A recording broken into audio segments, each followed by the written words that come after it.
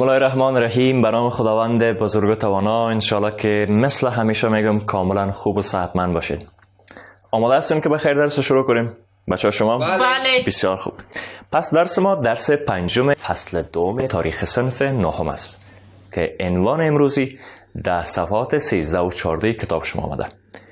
موضوع درس ما شما اصلاحات اداری و فعالیت‌های نظامی احمدشاه درانی یا احمدشاه ابدالی است. ای که وقت احمدشاه درانی به قدرت میرسه چی کارا را انجام میده، امروز در مورد اصلاحات اداری و فعالیت‌های نظامی صحبت میکنیم. اما بیاین که مرور کوتاه به درس گذشته خودم داشته باشیم. به خاطر چی؟ به خاطر که درس گذشته ما شما کاملا مرتبط به درس فیلی ما شما بود. ما شما قبلا در مورد احیای مجدد افغانستان توسط احمدشاه ابدالی صحبت کردیم. وقت احمدشاه ابدالی به قدرت میرسه، به سلطنت میرسه و حاکمیت در دست خود میگیره، 25 سال است و کوشش میکنه که افغانستان کشور متحد بسازه و جغرافیای سیاسی افغانستان مشخص و معین بسازه. مرزهای ما با کشورهای دیگه‌ای که هست مشخص و معین شود و یک حکومت مقتدر با مرکزیت ایجاد کنه و آیسته آیسته بعض از تغییرات میخواه که به وجود بیاره که امروز دقیقاً ما شما در مورد این تغییرات در بخش اداری و نظامی صحبت خواهد کردیم و خواهد گفتیم که وقت احمدشاه درانی به قدرت میرسه کدام کار را انجام میده و چی اصلاحات به وجود میاره که به مو دلیل میگیم که افغانستان دوباره احیا میکنه، میسازه به اساس اینمی تغییرات و اینمی اصلاحاتی که میایه. از کارخانگیتان برام بگوین. همه ای کتابچه بالا. آفرین بچه شما انجام دادید؟ بله بسیار خوب. تشکر از همتان. تشکر از همتان. پس بیاین که بخیر شروع کنیم. اما پیش از او برای حمایت از ما چینل بیگم اکادمی را سابسکرایب کنید و سپس زنگوله را فشار دهید تا به تمام ویدیوهای درسی ما دسترسی داشته باشید و از آنها مستفید شوید. بریم اهداف درس خود ببینیم که چی است. اولین هدف درس ما شما آشنایی با اصلاحات احمدشاه در بخش‌های اداری، نظامی و مالی کشور است.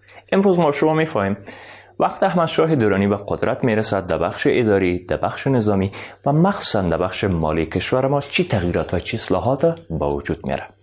هدف دوم کسب معلومات در مورد فعالیت‌های نظامی دوران احمدشاه است. ما شما مخصوصا باید ببینیم که وقتی که احمدشاه درانی به قدرت میرسه در بخش نظامی چی تغییرات با وجود میاره. به خاطر چی؟ به خاطر ای که خود بخش نظامی از جمله بخش‌های قدرتمند یک کشور میتونه حساب شود باشه و می خاطرم احمدشاه به خاطر ای که از تجاوزات بیرونی که قبل از یادم بر نقاط مختلف از ساحات مختلف برای افغانستان بوده میخواد که یک نظام مقتدر بسازه، بخش نظامی را تقویه میکنه تا جلوگیری کنه از او تهاجمات، از او حمله ها که کشور ما، سرزمین ما، مردم ما دیگه مورد تجاوز قرار نگیرن. پس ما شما خود فهمیدیم که در بخش نظامی خود احمدشاه درانی چی اصلاحات میره، چی تغییرات میره و چی فعالیت ها انجام میشه. فهمیدین بچه؟ بله استاد. خواهش ما است که کوشش کنین سوالاتتان نوشته کنین، نکات مهم هم نوشته کنین که همیشه او رو مرور کنین، هیچ وقت از یادتان نره. پس ببین که اول در بخش اصلاحات و تغییرات اداری در زمان به قدرت رسیدن احمدشاه ابدالی گپ بزنیم. احمدشاه بابا پس از به قدرت رسیدن در ساختار اداری، نظامی و مالی کشور ما اصلاحات و تغییرات به وجود میاره. وزرای جدید مقرر میکنه و جرگه بزرگا را ایجاد میکنه که در جرگه خبرگان 9 تن از افراد ماهر عضویت دارن و اینا کسایی هستند که در تصمیمای بزرگ، در تصمیمای کشوری سهم دارن و آدمای تصمیم گیر هستند. پس گفته میشه که این جرگه تصمیم گیر است. این اولین کاری که میکنه در بخش سیاست گذاری است و میای کسای نخبه را، آدمای لایق و با استعداد در این جرگه 9 نفره تعیین میکنه که از نظریاتشان، از مشاورهایشان استفاده کنه در بخش حکومتداری، در بخش سیاست. طرز حکومت احمدشاه ابدالی هم مثل دیگر کشورهای اسلامی سلطنت مطلقه بوده، یعنی اختیار در دست خودش، در دست پادشاه بوده. تشکیلات اداری و نظامیش هم متشکل از 3 قوا بوده. کدام قوا؟ قوای اجراییه، قوای مقننه و قوای قضاییه، که قوای قضایی احمد شاه ابدالی کاملا خودمختار و مستقل بوده.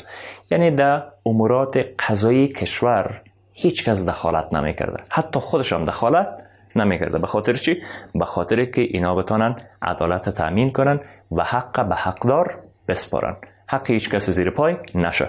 به می دلیل هم در زمان پادشاهی احمد شاه ابدالی قوه قضاییش کاملا مستقل بوده و وابسته به 2 ارگان دیگه، 2 قوه دیگه، قوه اجراییه و قوه مقننه نبوده. از طرف دیگه عواید کشورم از طریق جمع‌آوری مالیات، اموال غنیمت، غرامات جنگی و تحایفی که دیگه شاه‌ها بر احمد شاه ابدالی میداده تامین میشده، جمع‌آوری میشده و دوباره مصرف میشد در بخش‌های مختلف کشور ما و شما. که خزانه احمد شاه بابا میگن مملو بوده از طلا، جواهرات و سنگ‌های قیمتی که خودش سرمایه بوده و سرمایه کلان کشور ما و شما را تشکیل میداده. و یکی از کارهای مهم احمد شاه ابدالی ساخت و ساز شهرهای جدید است، مثل شهر قندهار و از طرف دیگه بنای شهر خلمه میسازه، احیا میکنه که در او زمان حرفهای مختلف هم مثل معماری، حکاکی و نقاشی پیشرفت بسیار زیاد خوب میکنه. یعنی وقتی شهرهای جدید ساخته میشه، ساخت و سازهای نو ساخته میشه، از هنرمندا، از کسایی که در یک بخش در یک حرفه مهارت دارن استفاده میشه. به می خاطر هم هنر حکاکی و نقاشی بسیار زیاد پیشرفت میکنه. اما فعالیت‌های نظامی احمد شاه ابدالی را بگیم که چی است. بچه‌ها گوش کنین. او فعالیت‌های اداریش بود و تغییرات و اصلاحات اداری که در بخش اداری کشور آورده بود. اما به این ببینیم که در بخش نظامی احمد شاه ابدالی چی تغییرات میاره و چی اصلاحات با وجود میاره که در اقتدار و حکومتش بسیار زیاد کمکش میکنه. احمد شاه درانی در عرصه نظامی خودش استعداد ویژه داشته و احساسات جنگ و منفعت‌جویی افغان‌ها را به خاطر فتوحات تشویق میکنه و قوای مردم هم به حرکت میاره که از این طریق میتونه موفق شود و وحدت سیاسی کشور ما و شما را تأمین میکنه ندیم جان. و کشور ما دارای سرحدات طبیعی هم میشه، سرحدات سیاسی ما کاملا مشخص میشه. جان سوال دارین؟ بله. قوای مسلح احمد شاه با چگونه بود؟ بسیار. وقت از بخش نظامی و گپای نظامی گفتیم که احمد شاه ابدالی در بخش نظامی بعض تغییرات میاره. صنفیتون در ذهنش یک سوال گشته و مثل شما یک ذهنی بسیار زیاد هوشیار داره که سوال خود یادداشت میکنه، از من میپرسه. من دیدم پیشتر نوشته میکرد، حتما سوال تنوشته میکردی. آفرین. ببینیم که بگویم بخش نظامی و مخصوصا قوای مسلح احمد شاه درانی چی ویژگیات داشته، چی خصوصیات داشته، چی ساختار و تشکیلات داشته. در قوای مسلح او زمان و در زمان احمد شاه درانی 2 نوع عسکر وجود داشته. چند نوع؟ 2 نوع عسکر. یکی قوای منظم بوده و دومشم قوای غیر منظم که به نام قوای قومی هم شهرت داشتن. یعنی از بین مردم عساکر مردمی را جمع‌آوری کرده بودن، اینا را به خدمت نظام در بخش نظامی گرفته بودن و مردم هم کمکش میکردن. واقعا مردم در پهلویش استاد میشده. که در سلطنت احمد شاه بابا تعداد عساکر گفته میشه به 100,000 نفر میرسید. بسیار زیاد است. 100,000 نفر بسیار تعداد کلان است. قوت‌های قومی هم در زمان ارائه خدمات از مالیات معاف بودن. مالیه نمیدادن به دولت. به خاطر چی؟ به خاطر که در بخش نظامی حکومت کمک میکردن، احمد شاه درانی را کمک میکردن و عواید کشور ما و شما هم عمدتاً به 31 میلیون روپیه میرسید در او زمان. که این مالیات و این مقدار پول زیاد از مناطقی که فتح شده بود و در اختیار احمد شاه درانی و حکومتش بود جمع‌آوری میشد و به دست می آمد. ندیم جان فهمیدی؟ بله استاد. سوال حل شد؟ بسیار. به این شکل احمد شاه بابا بعد از اینکه قوای مسلح خود نظم میبخشه، 100,000 نفر جز قوای مسلحش میشه، در سمتای سیگانه قوای مسلح را توظیف میکنه که مهمترین لشکرکشیش هم به طرف هند است که در یک جنگ بسیار زیاد مشهور به نام پانیپت هم شهرت پیدا میکنه. حتما وقتی که احمد شاه درانی میگیم جنگ پانیپت در ذهن ما شما میاد و در تاریخ ما شما نوشته شده که در نتیجه این جنگ به حیث قهرمان شناخته میشه و ظاهر میشه و غنایم زیاد هم قوای افغانی ما شما به دست میارن. به خاطر چی؟ به خاطر وقتی طرف هند میرن و بار لشکرکشی میکنن و در جنگ پانیپت هم اینا موفق میشن، پیروز میشن، غنایم جنگی را به دست میارن و انتقالش میتن به سرزمین خود ما. و احمد شاه درانی به قصد آوردن نظم دوباره به غربم لشکرکشی میکنه که موفقیت های زیاد در لشکرکشی که به سمت غربم داره نصیب میشه.